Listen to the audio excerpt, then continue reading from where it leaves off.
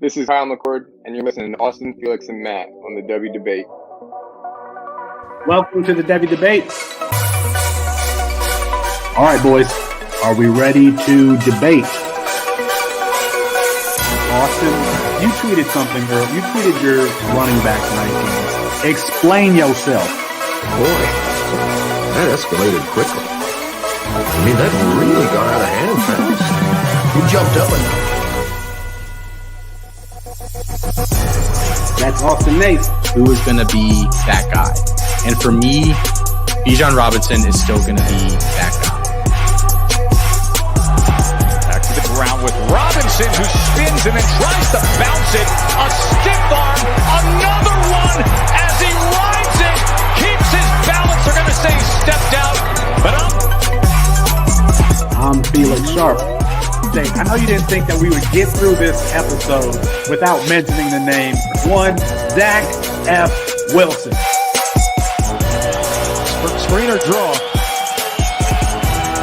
Oh, Wilson is going to uncork for the end zone, and he drops it in beautifully. And it is his roommate, Dax Milne, on the touchdown. That's Matt Bruning. G. Scott Jr. Obviously, I whacked poetic about him on the last episode, so I won't do that again here. And this time it's Fields on the carry. Watch out! Justin Fields! Hello, Columbus! 51 yards! Bruning, are you ready to go head-to-head with me? I am. Got to get my popcorn out here. Hold on. Got to continue. I got it. Kyle McCord is going to end up winning the job. He's going to be rated higher. Well, I'm not nearly as passionate about what I'm about to talk about. Our apologies to Kirk Street. We ran out of time. We'll get him rescheduled soon. And for Matt Bruning and Austin Nace, I'm Felix Sharp. Good night and good luck.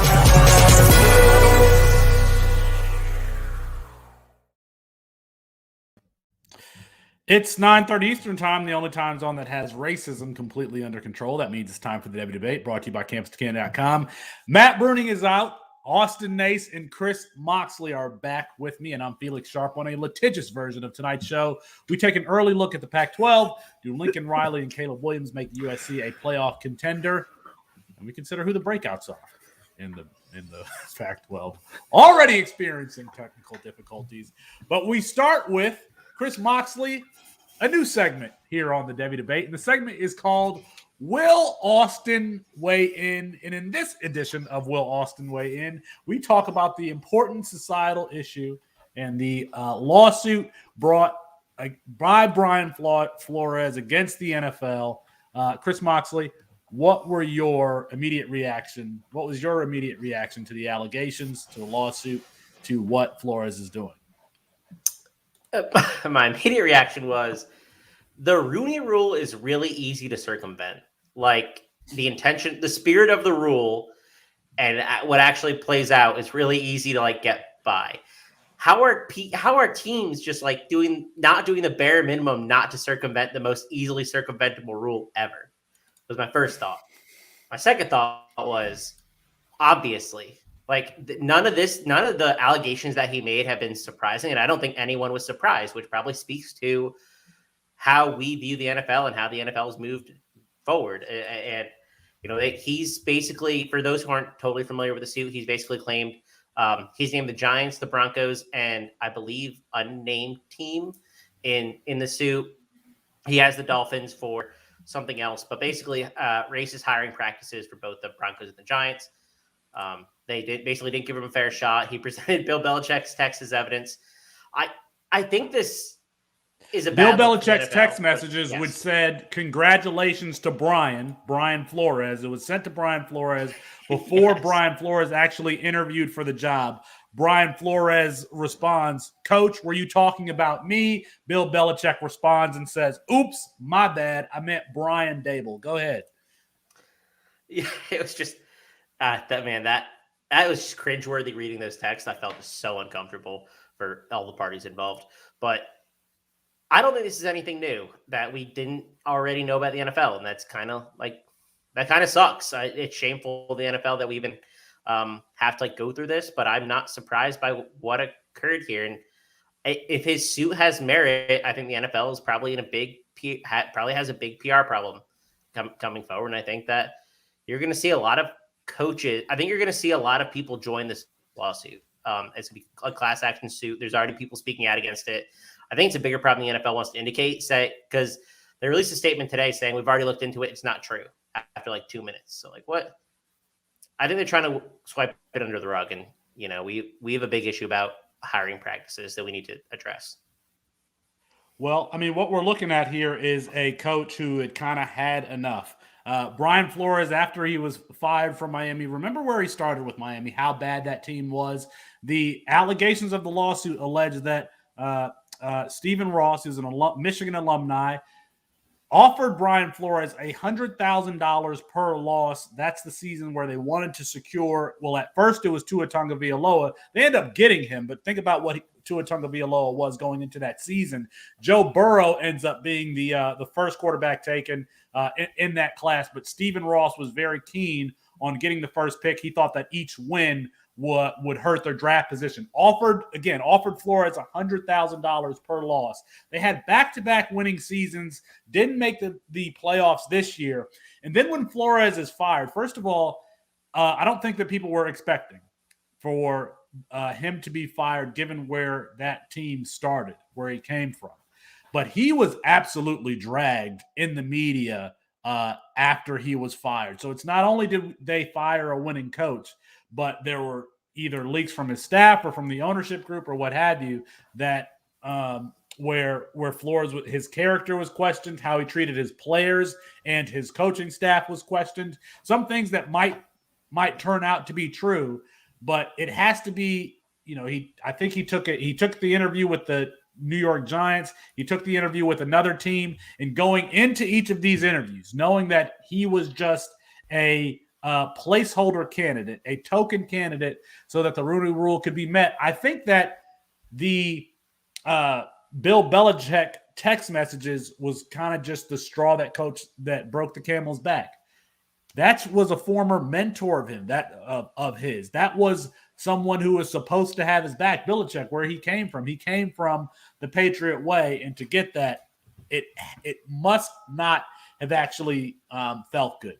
There are a lot of different ways that I could go with this story. One thing that was surprising, amongst several things that were surprising, is the fact that both Flores and his attorneys spoke to the media today, spoke to the media on national outlets and stood behind their allegations. That's not something I remember Colin Kaepernick doing.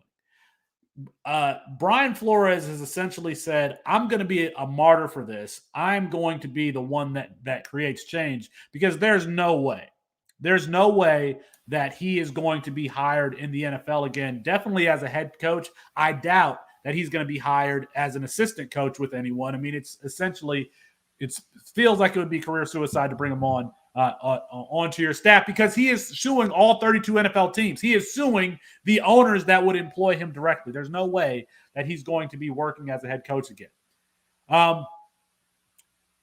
Another aspect, I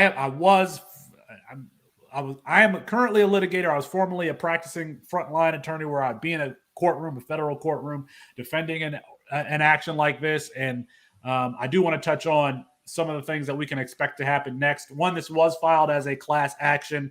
I went back and looked at the federal rules of civil procedure on class actions. And so the class will need to be certified. All of that really means is that this can move forward as a group litigation against the NFL. So the requirements for certification are that the class is so numerous that joinder of all members is impracticable.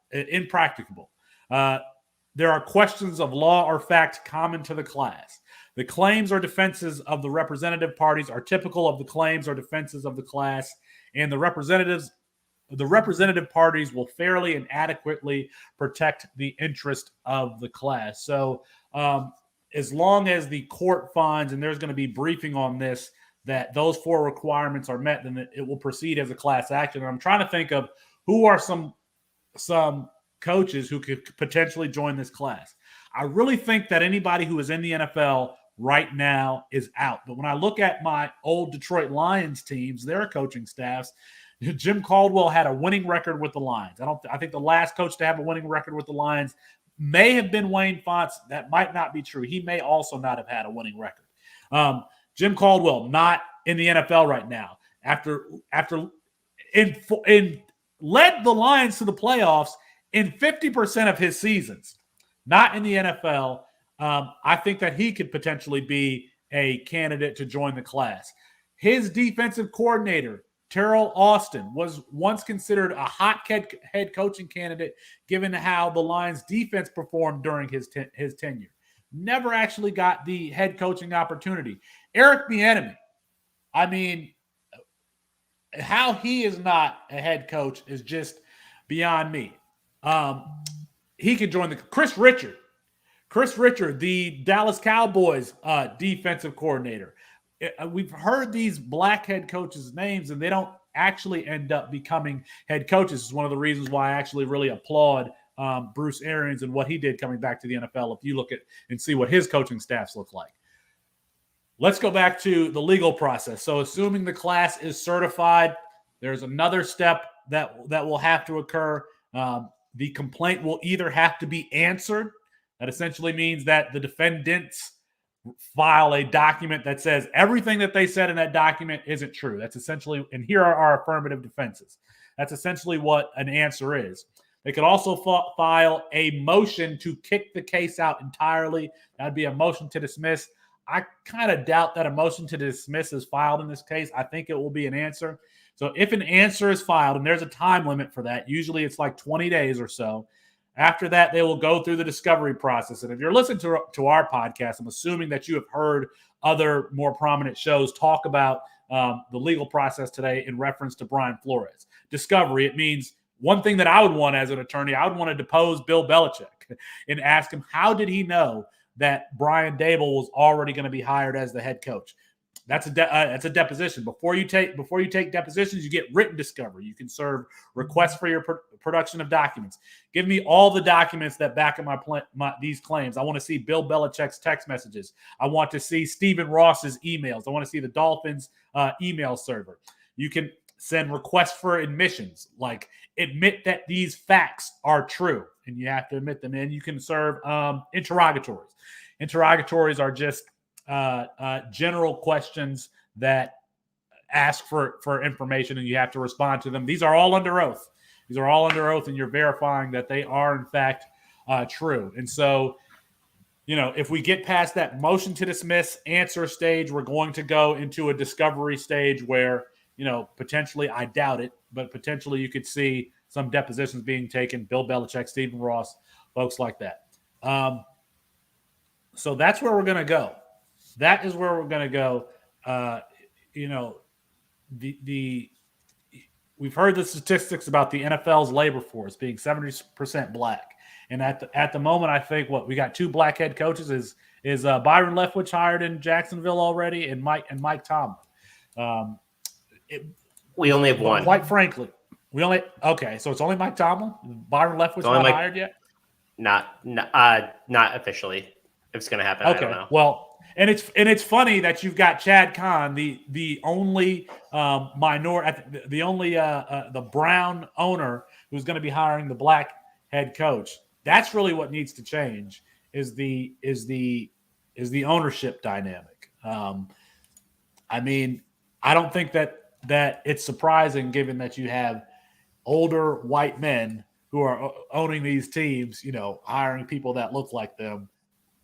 It's probably not the most progressive group, not to get into politics here. All right. Chris Moxley, what do you think? You think Austin's going to weigh in here? What do you think? No. But 14 minutes in. I'm hopeful. I think he's going to weigh in before. Just like when we did the all HBCU thing and you ripped him a new one on the HBCU thing. So yeah. I don't know. I think he's got something. Austin Nace, what are your thoughts on this? Brian Flores and the Miami Dolphins. What do you think? Well, your whole spiel on certifying a class just triggered the crap out of me and took me right back to bar exam prep. So thanks for that. I'm probably not going to sleep very well tonight. Not the most, not the best months of your life there. So it's funny because actually, like my real answer to this is very much a non-answer, in that I think this is going to be a case. I think this is going to be a case where everything that they said in that complaint is true, and nothing happens. I think I would be willing to bet that 95% of the stories, and I read a very large portion of that yesterday as I was flipping through it, about Peyton Manning and whoever, or not Peyton Manning, John Elway and whoever showing up, like obviously hungover for an interview, and they did a really interesting job linking to John Gruden emails into this whole thing. So it was very, very interesting. But that's how this strikes me. It's going to be a thing where all these stories might be true. I don't think he's going to have a lot of luck with this, but maybe I'm wrong. Just was my initial reaction as I read it. Well, I mean, I do. Well, first of all, it's very surprising, Chris Moxley. You owe some money, Chris Moxley. I told you that he would weigh in. Let's talk about potential outcomes here, because what we see, first of all, any complaint that's filed has essentially no chance to go to trial. That's just the way the math works for any lawsuit that's filed. It's really the plaintiff, the person or people who file that action. They kind of control whether or not it goes to trial by not settling. If they can get past that motion to dismiss stage, that dispositive motion stage, and the court says this case can go on, well, I mean, then that discovery time period is where the parties generally settle. And the court is going to give deadlines for that discovery period to be over. There will be another dispositive motion stage where at the end of collecting that evidence, the NFL could say, Judge, we collected all this evidence. There's still no claim here as a matter of law. You should still dismiss this case. I don't see that happening. And so what is most likely to happen is that, the NFL is probably going to file an answer. There might be some motions on the certification of the class.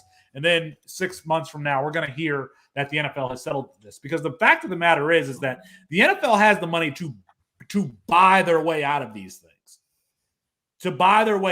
things. And is Jim Caldwell going to turn down $3 or $4 million that he would get? Is Brian Flores going to turn down the money that he would get as a member of the class? Or they just, so we're not, this thing is going to probably be settled. It might be a year, it might be 2, but I doubt that we see very much. I doubt that we get to the discovery where Bill Belichick is sitting in a chair, next March, giving deposition testimony under oath.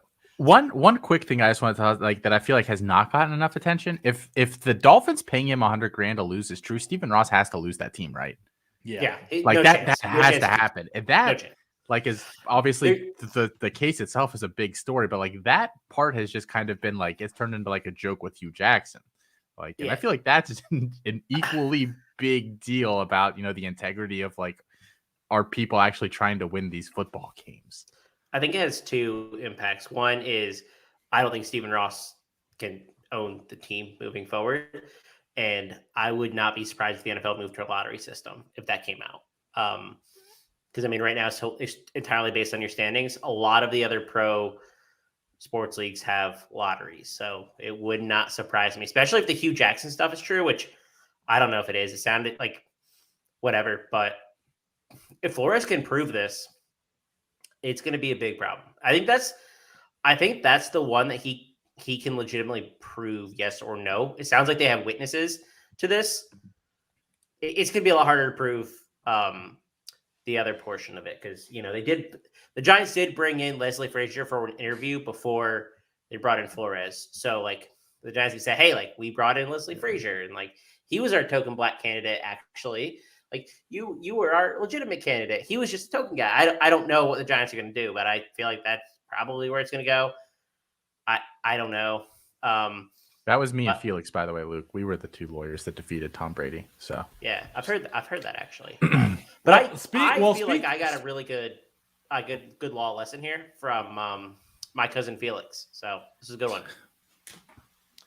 Well, speaking of Tom Brady, this is why we have a show all year round because stuff is always happening. Think about all the content are potential content sources.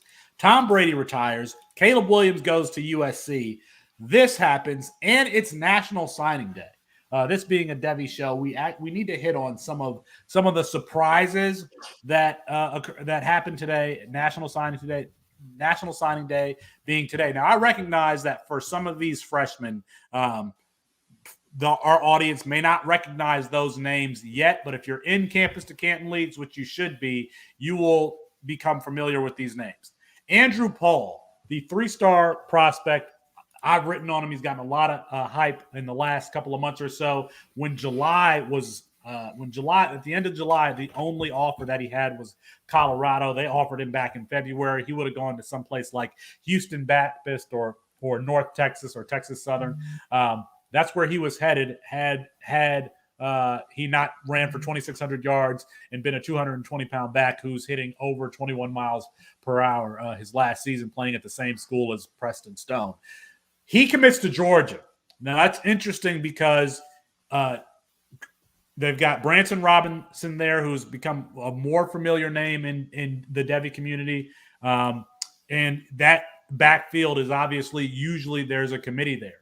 But, Austin, I mean, what do you think about – is there the potential for Andrew Paul to surpass Branson Robinson on that depth chart, maybe get playing time this year? And the reason that I ask is because they are similarly sized, but I think that their play styles are entirely different. You know what? I'm going to say yes. And I don't think there's a great likelihood of him straight up surpassing him. Branson Robinson, I'm sorry. I am the Christopher Columbus of Andrew Paul here at C2C. I discovered him 4 months ago. Down when he was in the hundreds, and then he has just shot up. So much so that my scouting report was he has no offers. Maybe I'm just an idiot. I have no idea what I'm looking at. Branson Robinson is not a perfect prospect, guys. I think he's a good player, but he has some issues that people are just ignoring because he looks like a Marvel villain. That's true. Seriously, the kid has been it looked like an NFL running back since the age of 14. But his footwork is really not great. It's very inefficient. He's a bit of a lumberer at times at 220 plus pounds. I actually think at some point being that big is a detriment. I kind of have the same feeling about Braylon Allen, and that's kind of been some of my discussion around him, is he's just too big. So and I think Andrew Paul is a better athlete than him. Now, I do think at this point in time, Branson Robinson might be a better pure running back. And like Felix said, they are a little different stylistically, but I think there's a chance that and at the end of the day, 3 or 4 years when we're looking at, our dynasty rookie drafts or whatever, that Andrew Paul is a name and Branson Robinson is a Zamir White-ish, just, kind of afterthought back in the class. It would not be the most outrageous thing I've ever heard. That was a hot take. And I apparently bringing the heat tonight. Matt isn't here for one show, and Austin's off the rocker. So someone has to be saying goofy shit when Matt's not here, so it might as well be. Yeah. Well, I don't know if we're bringing up Ohio State tonight, so we might not get that goofy. I don't have a strong opinion, and I hate to be like Austin here. I think that this backfield is just going to shake itself out. I think Kendall Milton's going to be the lead back here, and I think there's a good chance that both freshmen get on the field. Probably split touches as the RB2-3, so it's like a 2A, 2B situation. And I think we're heading into Campus Canton drafts, Devy drafts, viewing these players similarly between Robinson and Paul. So, I mean, I like both guys fine, but I honestly wonder if I don't work at 24/7. I don't work at Rivals, but I wonder if recruiting services moved up Paul. Yeah, I work at C2C. That's true. I wonder if recruiting services moved up Paul enough at the end of their rankings because he was such a late riser that did they really adjust far enough? Because I don't think he ended in the composite top 15. I think he was outside. No, he's 42. RB yeah. 42. So he's way he's still down a 3-star prospect, right? He's still a 3-star. Mm-hmm. Yeah. So I don't think that they adjusted enough. So I think you're going to get a discount on him. Maybe not, because everyone here is talking about him. So if you don't listen to Campus Canton, you're probably going to get a discount on him. So find that person. But yeah, I like him because I trust more what y'all say. Like, he looks good to me, but what do I know? He didn't have any offers, like you said. We'll go into the season in this class as the number 58 running back, number 42 in the composite, number 58, according to 24/7 Sports. You're right. If you're listening to Campus to Can, any of our podcasts, he will go a lot higher. I have him ranked higher than Branson Robinson. Austin, you hit your. I've had. He is a better athlete. He's faster. He seems to have more lateral agility. Now, I don't know that means that it probably means that I'm not going to have very much Branson Robinson. He's going to go in the first round of all of these supplemental drafts. I find it hard to believe that Andrew Paul will reach that level, but there's one of these guys is like a Kendall Milton type player, and that's Branson Robinson. And Andrew Paul, quite frankly, has more explosion. So I've got Andrew Paul a little bit higher. I do have Trevante Citizen over both of them. Trevante Citizen, who is going to the U, Miami, Spurns, LSU. That's where we thought he was going to. Chris Moxley, have you watched? I don't know. I don't want to throw it to you if you haven't watched the freshman. I know Austin has, but Trevante Citizen, 217-pound back. Played in the state of Louisiana, was considered to be going to LSU. Austin, I mean, you're working on our project right now. I mean, what are your thoughts about Trevante Citizen and specifically his fit in Miami? Yeah, Miami surprised me a little bit because I thought a lot of the discourse the past couple of weeks made it sound like he'd basically narrowed it down between LSU and Florida. He had previously been committed to LSU, I believe, and then ended that commitment when with the coaching staff change there. But Citizen's a really fun one. He's another one that was a late riser, just not to the level that Andrew Paul was, because he obviously wasn't ranked that lowly in the first place. But he, up until this year, basically split his time half linebacker, half running back. But he's got the size at about 6 foot, 217-ish pounds. But yeah, I mean, I'm going through like his rank history right now. As recently as the beginning of the college football season, he was like RB 18, RB 19, close to 200th in total in the composite. Now he's up to RB 8, I believe. Really good pass catcher. Like, I feel like this kid has kind of just scratched the surface of what he can do. Miami's fun. He might not play there year one. There's no guy at Miami that I love, but it's a lot of bodies, and sometimes they can just be really difficult. To kind of climb that many bodies in one season. Like, it sometimes can be a tough task, especially because obviously if he's signing now, he's probably not going to be an early enrollee there. So that kind of takes away that opportunity. But I would expect probably a pretty big year 2 there for him. And I think, he's RB4 in the class for me. I think he can be a top 50 NFL draft selection when all is said and done.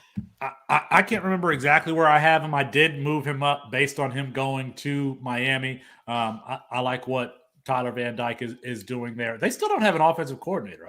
They don't have. They hired a DC, but not an offensive coordinator. No. But let Tyler Van Dyke call the plays. We'll be just fine. Jalen Knighton is there. Don Chaney is still there. Didn't finish the season. I still like both of those guys. Knighton obviously being a more lightning to someone else's thunder, and that thunder could be Trevante Citizen, who has the size to be a good complement to more of a scat player. So the last one is one of my favorite players. I want to interrupt about Trevante Citizen. I actually have a take on Trevante Citizen because Austin was the Christopher Columbus of Andrew Paul. I tweeted June 1st. I'd pull the receipts here. June 1st, I said I would not be shocked if Trevante Citizen ended up as a top 3 RB for me when all is said and done. June 1st.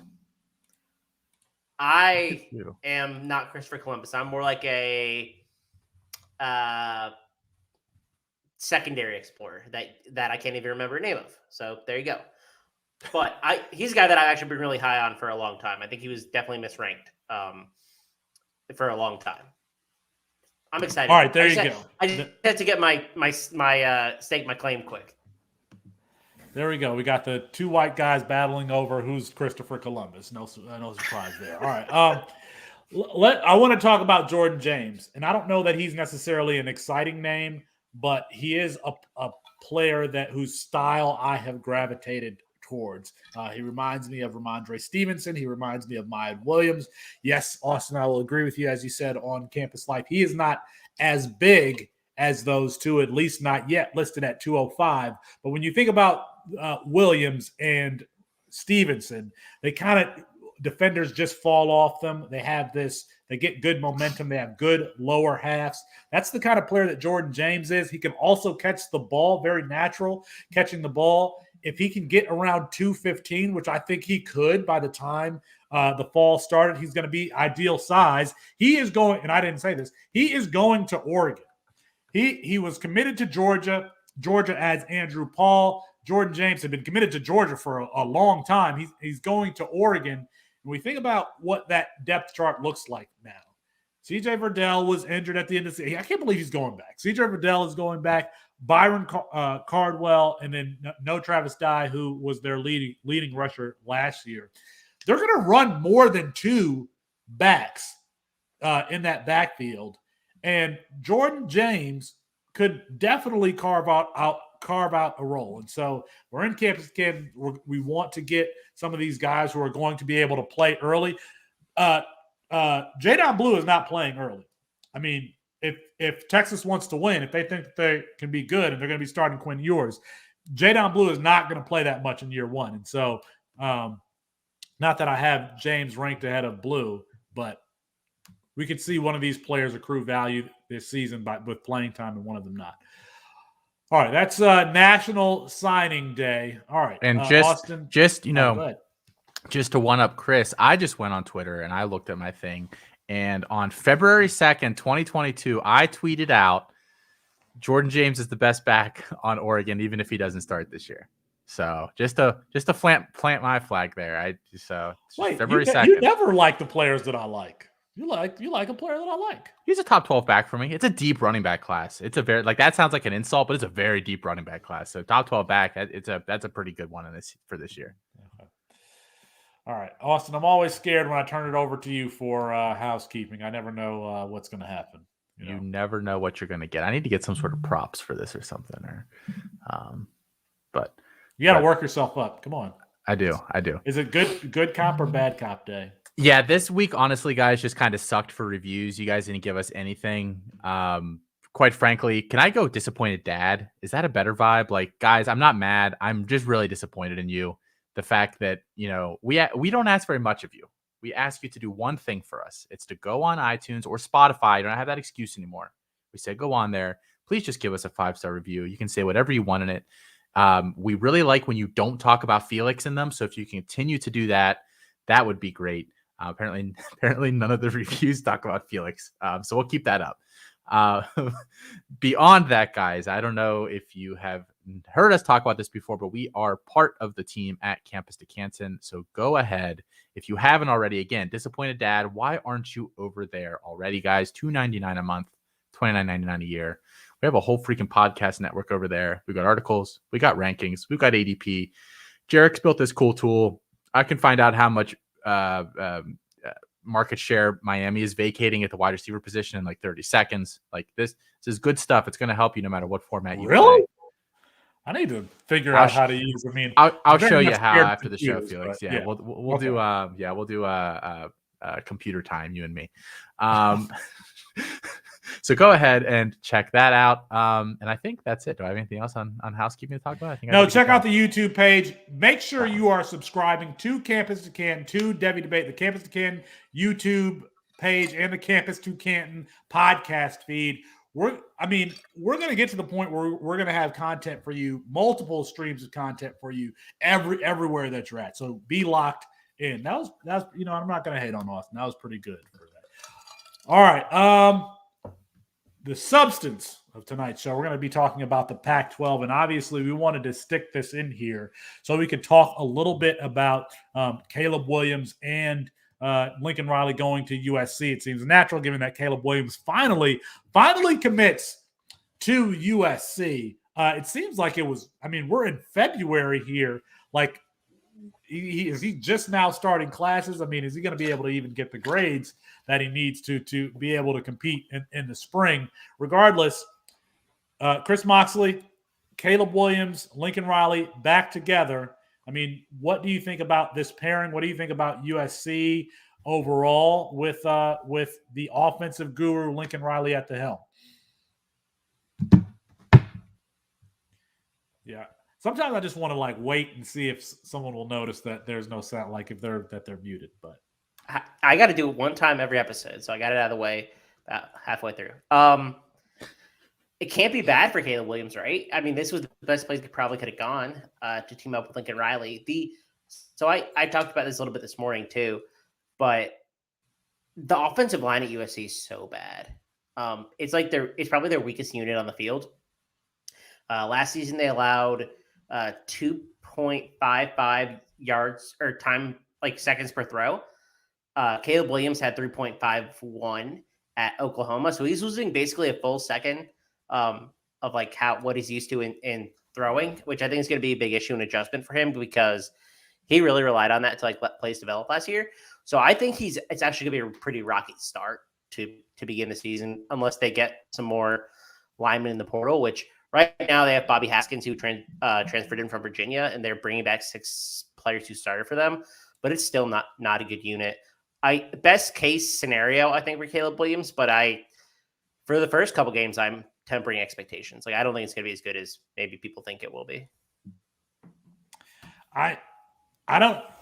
Caleb Williams could be instant offense anywhere. That's why I thought that him going to Wisconsin could potentially work because he's not Carson Strong. Caleb Williams avoids the rush, finds people downfield, and I don't know that his supporting cast matters as much for him as it might for some other players. You don't necessarily have to protect him that well. He's a great rusher, holds on to the ball too long, but I thought that he could have gone anywhere. But we're going to talk about Caleb Williams a little bit later in the show as we get through here. We've been doing 3 particular buckets, or pulling out 3 players, each of us, as we're going through these early look forwards at the different conferences: a breakout player, a comeback player, and a freshman. And we're going to start with the breakout player. Chris Moxley, you've got a guy here that is starting to have some buzz, or has had some buzz for the last few months. Yeah, I love Washington State bringing in Cameron Ward from Incarnate Word. Last season he posted 4,600 passing yards, 47 touchdowns, an adjusted completion percentage of 74%, 7.9 yards per pass attempt, which it's not great, but he was throwing and they were down a bunch. So I'm pretty much willing to excuse at least part of that until we see him play, in a little bit better system and a little bit better team around him.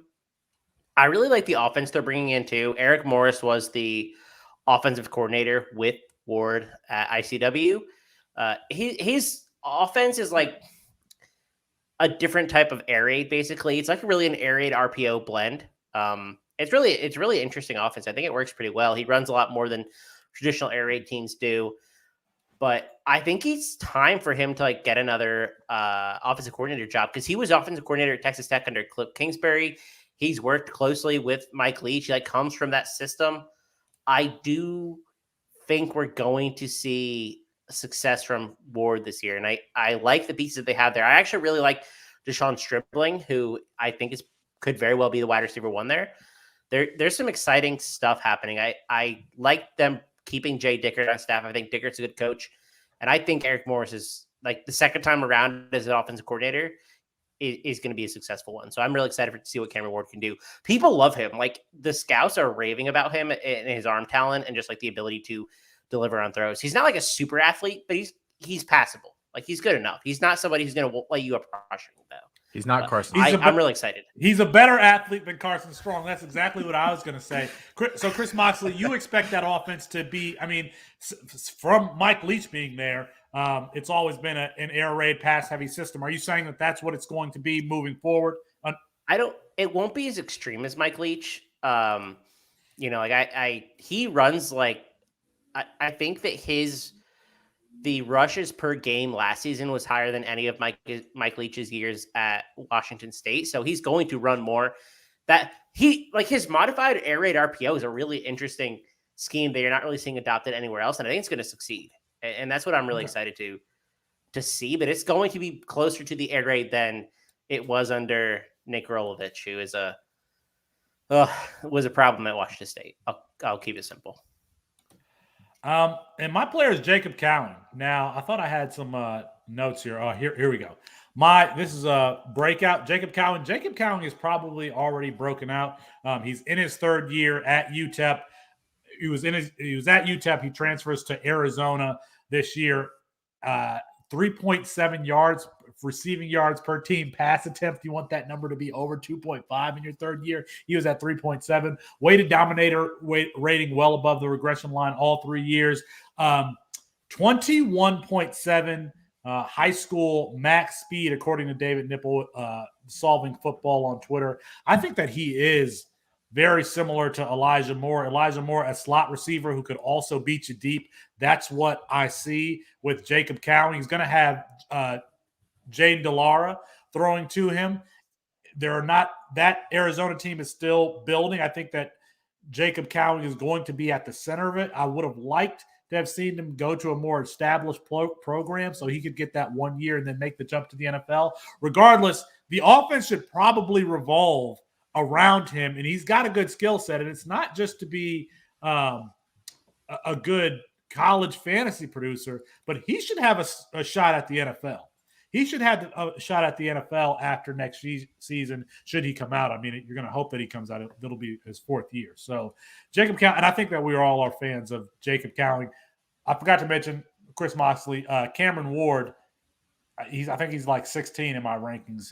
He's debuting, going from FCS to FBS at 16 or so in my rankings. So I have him QB 11. Like, I'm super high on him. And I think I might not be aggressive enough based on how the season is going to go. Well, you can't be higher than Jake Haener. So all right. That's true.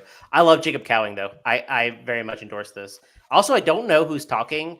I'm a little bit confused about what's going on here when the first words out of your mouth are yards per team pass attempt. I feel like that needs to go into this podcast, that I have no idea what's going on here with Felix. When it comes to the wide receivers, I tend to look at and you'll only hear me pull out numbers for the wide receivers. You will not hear me talk about QBR and whatever for quarterbacks. You won't hear me talk about anything for running backs. So I do really rely a little bit more on those numbers for the wideouts. So, all right, Austin, who you got? Who's the breakout in the Pac-12? Yeah, he kind of broke out at the end of last season, but no one is really talking about him that much, especially not obviously in pure Devy circles, which is what we try to keep the show more tilted toward. That's Gary Bryant Jr. Going into his third year, the wide receiver there at USC. He's not necessarily some sort of secret. He was the number 7 wide receiver in the composite coming out of high school. I believe he was my wide receiver 8 in that class. He was tiny. He was listed like 5'10", 160. Listed at 5'11", 180 now. So we'll see how accurate any of that is. But Drake London was the target hog there.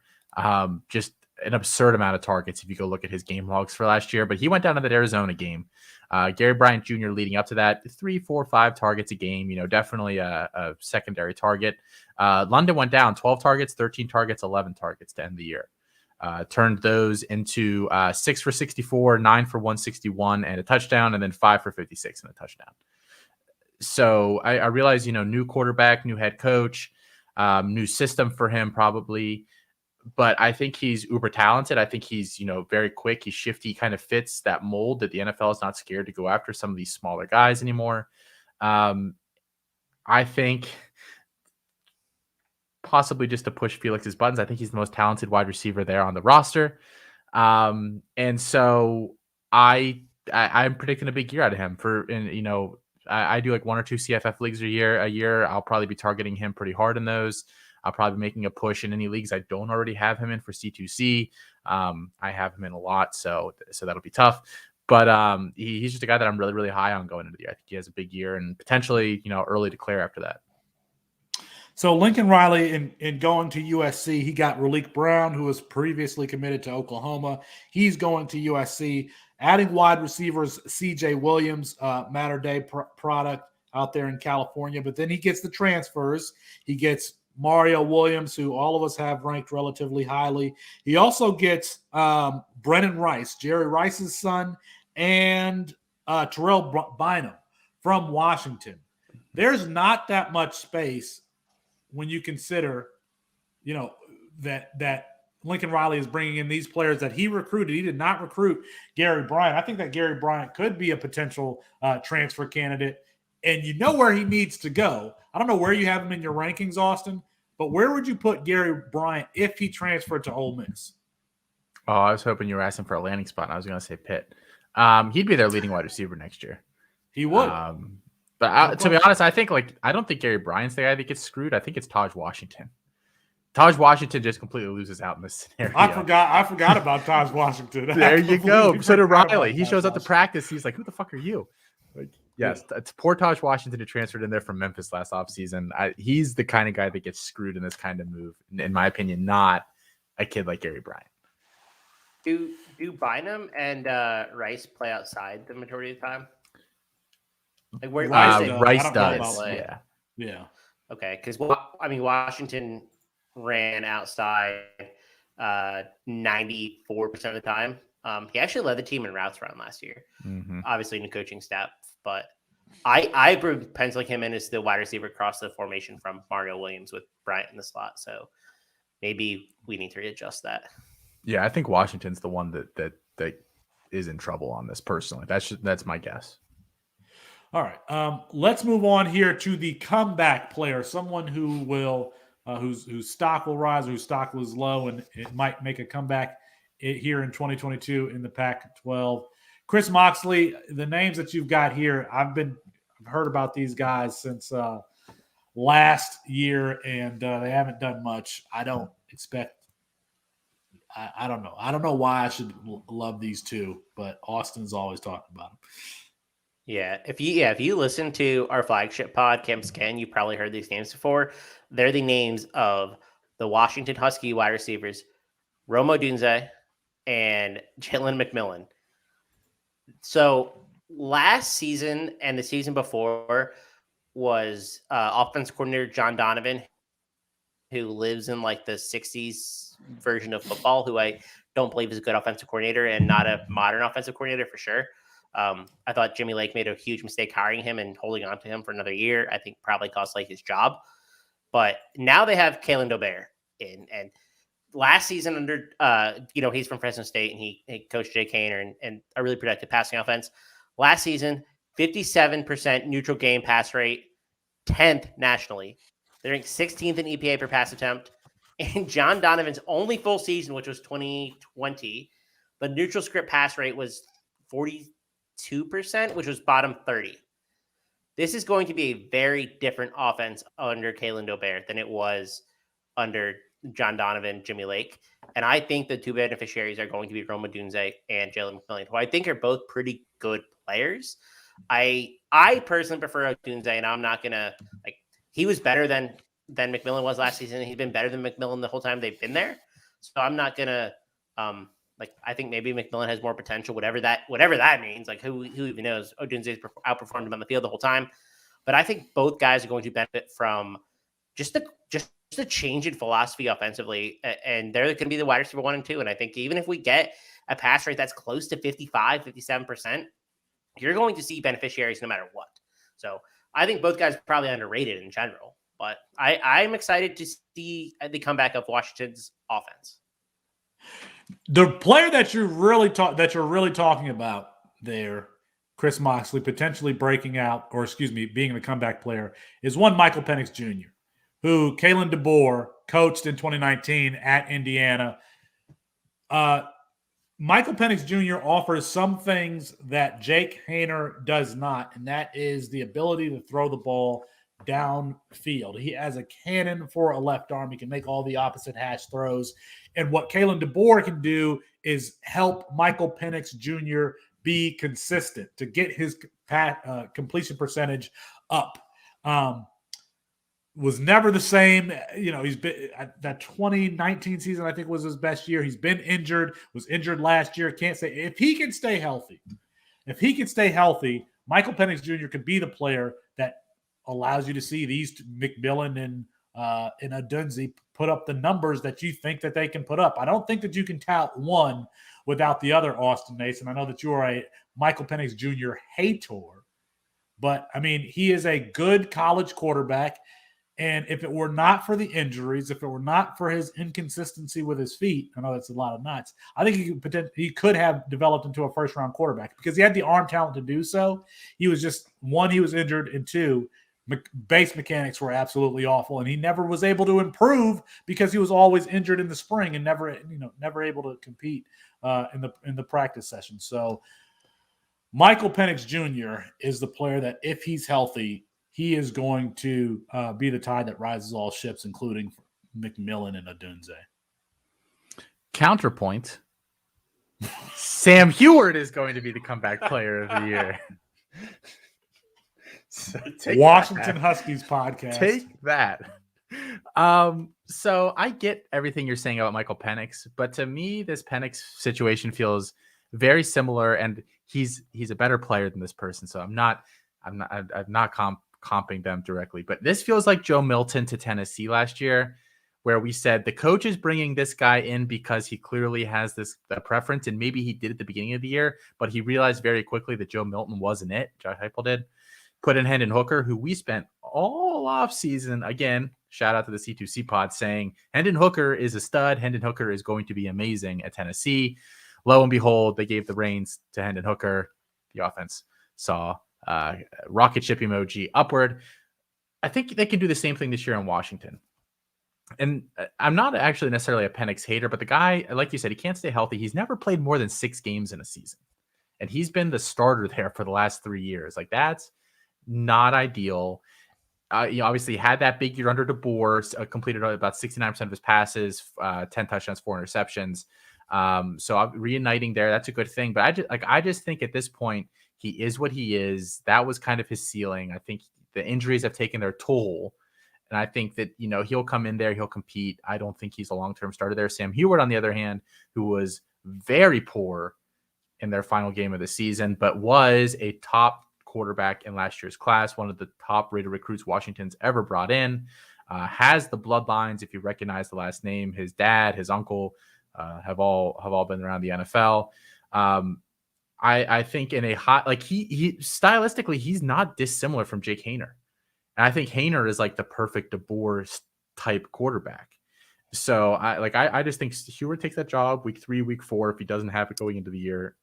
And I think it's, high volume pass attack. I think he looks really good. We're not going to be saying that he's a top 5, top 10 draft pick, but I think it really rehabs our opinion of Sam Heward throughout this year. The Pac-12 is bad when we're all talking about Washington Huskies. I mean, how are we going to drive ratings sitting here talking about the Washington Huskies football team? Because outside of USC, it's a conference that simply isn't exciting. Let's go through the. I sat here for a while, like, who was good that didn't play last year? That, like, it took me a while to think of a couple of these. I'm not gonna lie. And we all ended up with Washington. the same position for one of the categories. Let's go to the freshmen here, and let's go relatively quickly, as quick as we can. We're getting a little long here. Chris Moxley, who you got? Freshman breakout. Well, I'm glad you brought up quick because I like Rayshawn Luke, who is fast as hell. This dude can play. He's a professional. Really fast. He is light. I think that's the big knock on him. But there's nobody in that backfield that scares me, and I think he is the clearest path to production of a lot of running backs in this class. No running back had more than 91 touches for Arizona last year. They just don't have a good threat there. And the offense is going to be so much better with DeLaura at quarterback, Cowing on the outside. They're bringing in 2 really good freshman wide receivers. So Luke, who I believe he won MVP of the Under Armour Bowl, and if he didn't, he showed out. He was awesome. But he's a 10.55 verified 100. He can catch passes. Like he really is a dual threat guy. I think that's going to step in and possibly be a productive player from day one for like your fantasy teams too. I'm really excited about what he can do. I don't know about his NFL potential. If I'm being honest, he needs to add like a good amount of weight. I think he's only like 175 currently, but day one producer, I think, at Arizona. If you knew for a fact that Rayshon Luke was like 185 pounds, he'd probably be ranked in the top 15, top 10, the top 10 running back. If he was 185, he would be what Matt thinks Gavin Sawchuk is. 100%. Right. But right. That's exactly right. Mine is Jordan James, who I talked about earlier. I don't need to go into the depth. I like his play style. I think he could be a running back used in multiple phases of the game. He's got soft hands. You even see him used vertically in high school as a pass catcher. I don't think that he is necessarily explosive enough to be used that way in college, but he can be used on swing routes and will be a between the tackles, down one and down two guy. And if he can add, get to 215, he'll be an intriguing player. I like Jordan. I like me some Jordan James, and I am going to have some Jordan James rostered in C2Cs this year. Chris Moxley, who you got? Or I'm sorry, Austin, who you got? Yeah, quick on mine because I don't have that much to say about him. But Arlen Harris Jr. is going to Stanford. 5'11", 195. I think he's best served as kind of a guy in a backfield too. Because I don't know how good of a pass catcher he is, but he's very, very physical, a tough runner, and he's a good athlete as well. They lose Austin Jones and Nathaniel Pete, both the two backs that got the majority of their touches last year. They really only have EJ Smith there, who is Emmitt Smith's son, but he's more of a pass catching back, even though he's a slightly bigger guy. Like that's what his role is. So I could see those two being a really nice tandem together. And I think Stanford runs the ball at like 55 or 56% neutral game script. So which is really, really high. So I think the opportunity is certainly there under Dave Shaw and co. I wanted to bring up the name Tanner McKee at some point in this show, and I couldn't figure out where to put him. I mean, I think Tanner McKee he's 4 years removed from high school, but he's like a sophomore. And was relatively decent last year. He's more than 2 years removed from high school because he was on the mission trip or something like that. Yeah.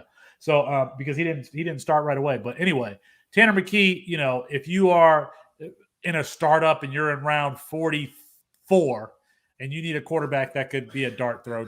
Not around before that, though. 44. Not around before 44. Your second to last pick.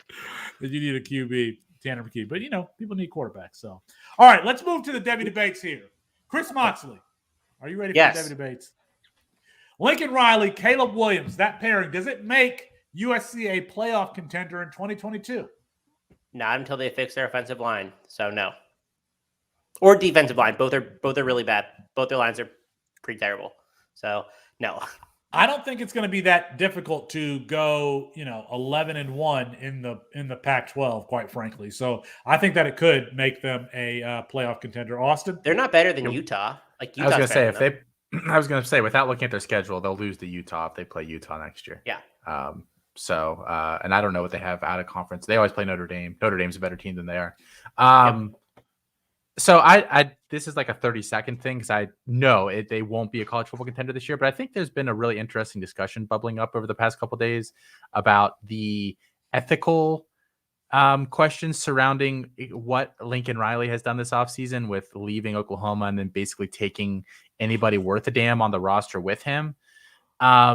And I think that's a really interesting discussion to have. And obviously we're not going to have it tonight, but I've seen some prominent names start to discuss it as terms of he has the right to do it, but is that an ethical thing to do? Is that something that we should be encouraging coaching staffs to do in this day and age? And I am here for that discussion because I think it's kind of scummy. Very, very spicy, Austin. Disappointed. I'm the ethics person on this show. We all know it. Everybody's saying it. So you've been spicy tonight. I know. Yeah, angry Austin. Let's jump to this question. Who starts at Oregon this season? Is it Bo Nix or is it Ty Thompson? Ty Thompson looked good, at least in the spring game, was a highly touted 4-star recruit.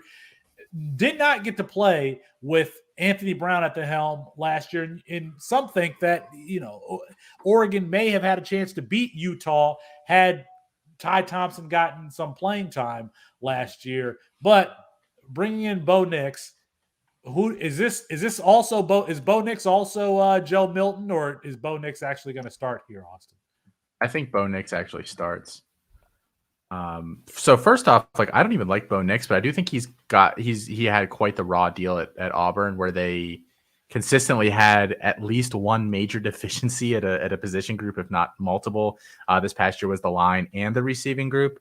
I don't see, like, if he plays well this year, we can be talking about him as a top 10 pick this time next year. But I do think that he rehabs what people think of him a little bit this year. I actually think he's a sneaky C2C guy, even if I don't think that's going to be a super high powered offense. He can be a bye week filler or somebody that, the value certainly is going to rise. And I think he starts all year there. I really, really do. Barring injury, I think he's the guy from day one to the end, unless they're like 4-7 at the end of the year and they just try to throw Thompson or somebody out to see what they've got. But I think that's unlikely. Mox? Yeah, I agree. I think that Dan Lanning is familiar with Bo Nix. Like, he knows what he does. And Dan Lanning's the new coach at Oregon. He took over from Mario Cristobal. He came from he was the defense coordinator at Georgia. So he knows Bo Nix. I think that if he thinks that maybe they can improve some of the aspects of Bo Nix's DGAF and his signature spin move and doing a whole bunch of stuff, he's going to start week 1. And I tend to agree with Austin that he's probably the starter throughout the season if the season goes well for Oregon. This next question, I'm going to answer it first to give you guys some time to think, because it was hard for me. The question is who are the 5 most valuable non-USC players in the Pac-12 for C2C purposes? And I had a difficult time choosing 5. And when I mean like guys who have the potential to be NFL players. I got Cameron Ward, Tavion Thomas. Tavion Thomas is an outstanding running back.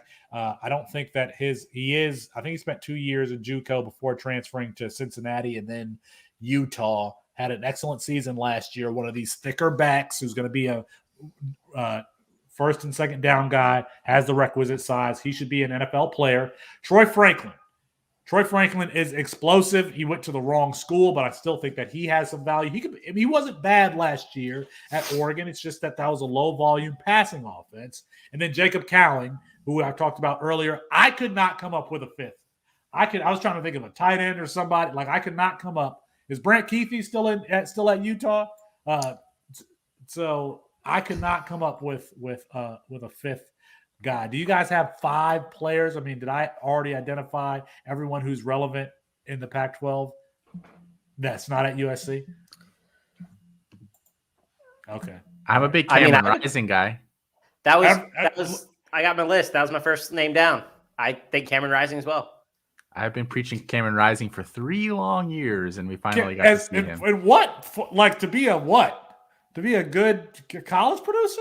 You think Cameron Rising is a potential NFL player? Oh, I'm sorry. You're the only one allowed to shoot from deep. My bad. Sorry. I'll just come back over here. All right. I don't think I've ever heard you say that. Like, he was incredible last season when he started. Like, all like per like rate statistics, like, he was really good. I'm not sure he's an NFL player, but C2C also includes college, so I think he's gonna be good. Yeah. I really like him. Kyle's in the comments saying Cam Rising also. There we go. So Kyle Smart. Can I add one guy that I think is being slept on? That's going to be our show for tonight. Go ahead. Oh, come on! I've wanted to talk about this dude for a while. I actually almost brought him up earlier. Benjamin Urosek, the tight end at Stanford, I think is a guy who can play himself into probably round 2 capital if things break right for him.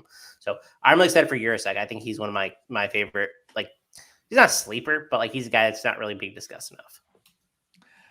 Somebody tweet at us at Devy Debate and let us know how many times Austin Christopher Columbus the player today. It's been Andrew Paul, Cameron Rising. We're going to have to start scouting these players in the womb to be first. So, all right, that is going to be our show for tonight. Make sure you pay attention to the content all around the Campus to Canton family, including the website. Our articles are including the Campus to Canton podcast feed. Our apologies to Kirk Herbstreit. We ran out of time. We will get him rescheduled soon. For Austin Nace and Chris Moxley, I'm Felix Sharp. Good night and good luck. 104.35.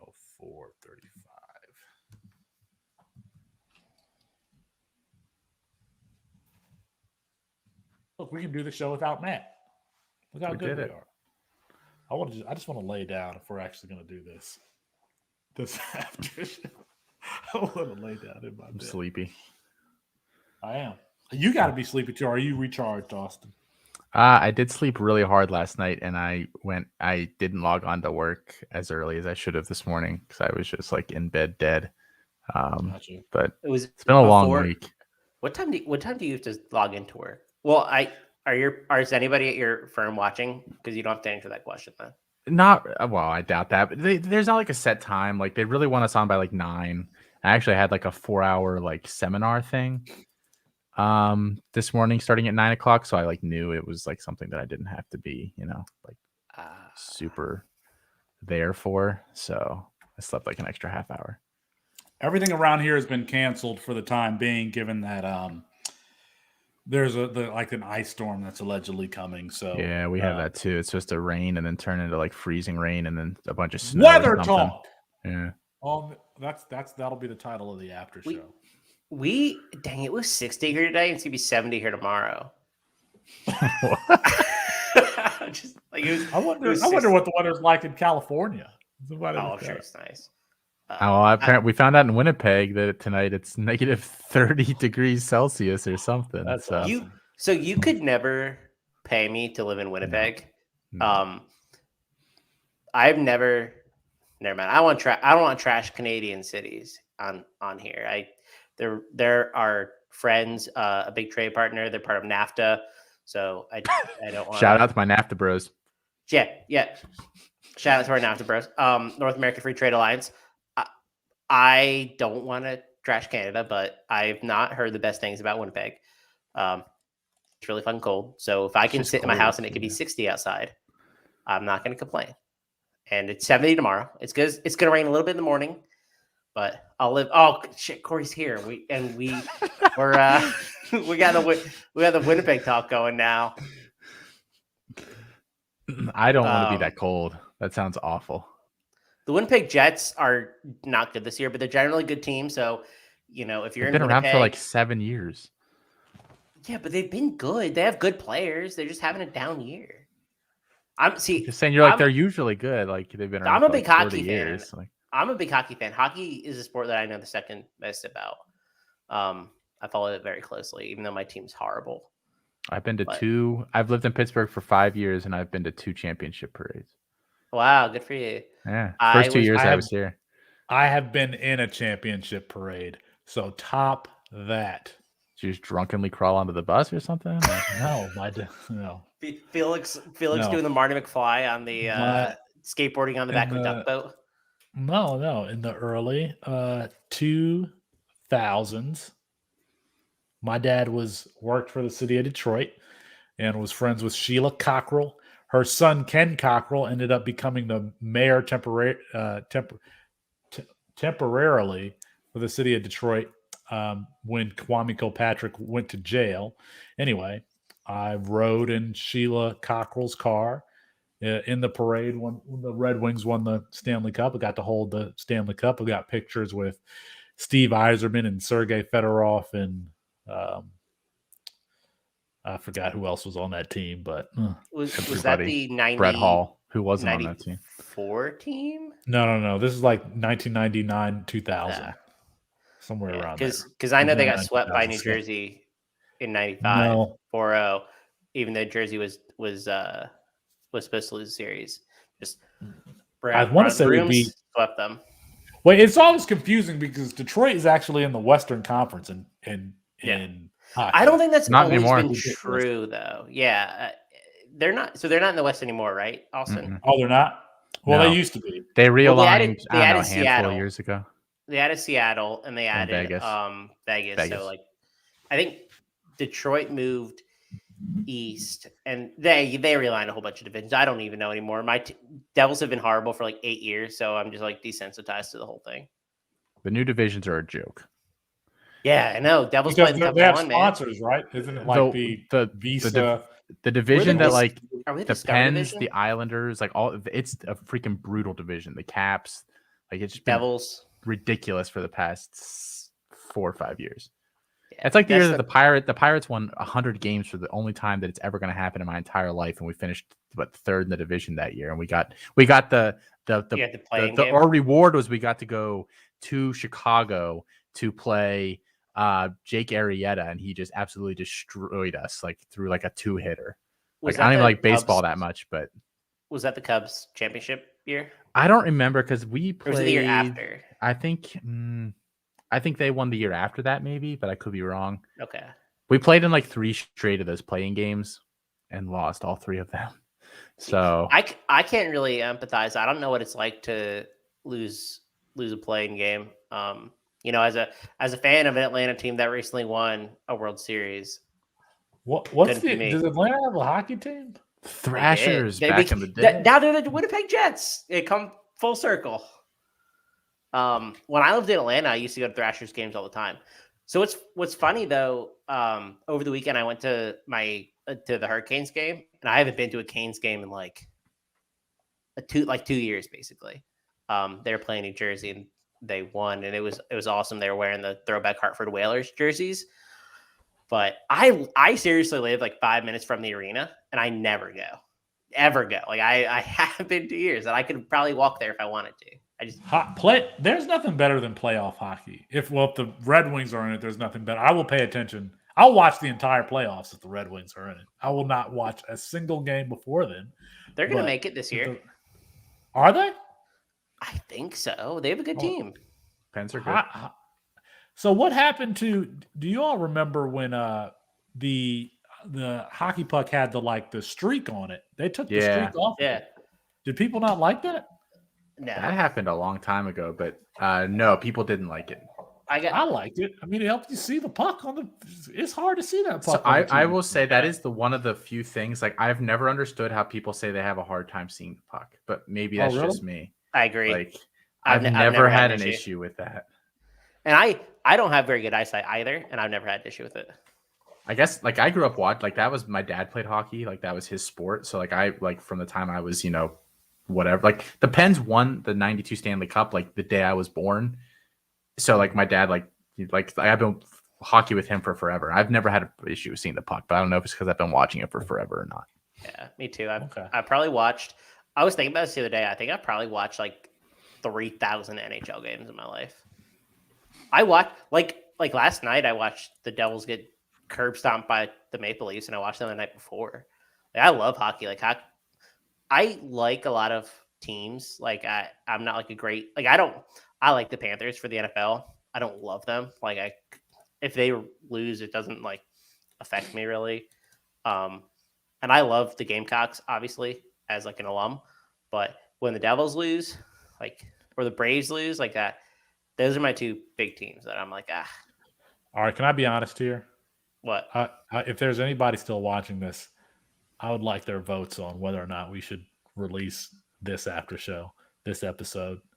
This one isn't as interesting as our usual. It's not. Because Matt's not let's here. Just be honest. Yeah. Because Matt's not here. He's not whining. He's not here whining.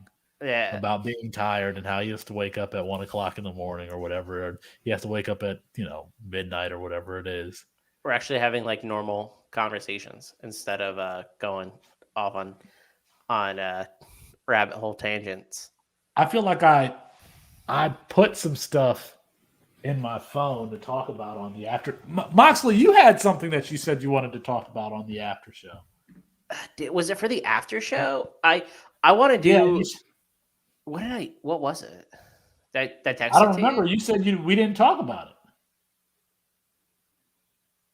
No, it was something that Austin had during the show that we were we're gonna shade for the after show. Oh, you were gonna walk Felix through how to use our tools. How to use our tools that Felix is an owner of. No, that's not it. I do go on that website and I'm just first of all, I couldn't even log into my account for a long time. I'll be honest about that. Just resetting my password. I couldn't log in too because it was not sending me the reset. Sabotaged me. It was not sending me the reset. I've never had any issue with it. Okay, so Felix, I texted this to you when was that? On Saturday, and it was Austin's tweet, and I was like, we got to have an Austin lukewarm tweet segment. What did I say? What was it? How you did? It was. I don't know if you screenshotted me or you replied to me. It was a conversation that we were having somewhere, and you said, "This is about Caleb Williams going to Wisconsin. Does the spot have to be good or bad? Can it just be what it is?" It's like, Jesus Christ. That's so on brand. Such an Austin tweet. I'm sorry, not everything's black or white for me, Chris. There's gray. There's gray. Do you watch Futurama? I've watched the entirety of Futurama, but it has been a while. Okay, the neutral planet where like everything's gray and everything's neutral. Yeah, that's you. It's fair. I can take that, I suppose. I couldn't believe this tweet when I saw it. It literally sounded like satire. Does everything have to be good or bad? Can it just be what it is? I asked, like, if I had to write something for you, like that's what it would say. Bye, everybody.